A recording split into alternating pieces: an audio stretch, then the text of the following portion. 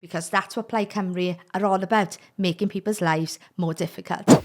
I've had a guts full of driving 20 miles an hour, right? Now, I know people are going to be like, oh, but we're not knocking down so many people and it's saving lives and everything.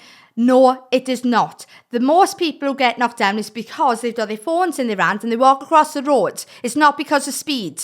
Right? We need to teach people awareness when they are walking on the pavements and how to cross roads appropriately and not being distracted by one of these. However, if you are going to vote for Plaid, we're going to have to drive 20 miles an hour for the rest of our lives. And to be quite honest, I do not want to do that. And I don't think the majority of Wales wants to either. So just watch this clip from Ron from Plaid Cymru, and he tells us exactly what he wants to do with the 20 mile an hour limit.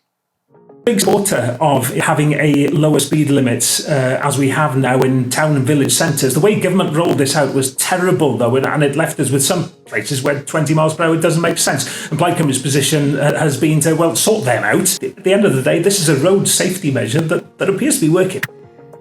So Plaid Cymru want to keep the 20 mile an hour limit, not because it's scientifically backed up with data to say that we're saving lives by going a lower speed, and in fact is harming the environment more than it's helping it. If you want me to go into that in another video, I will. But it doesn't push the air around that it needs to. So the fumes are staying in the air for longer, which means that it's causing more harm to the people and the environment than it's helping. And Ron is responsible for that. Well, let's say Mark Drakeford, isn't it, Matthew? Mark Drakeford brought this in how long ago? Or Saint Drakeford.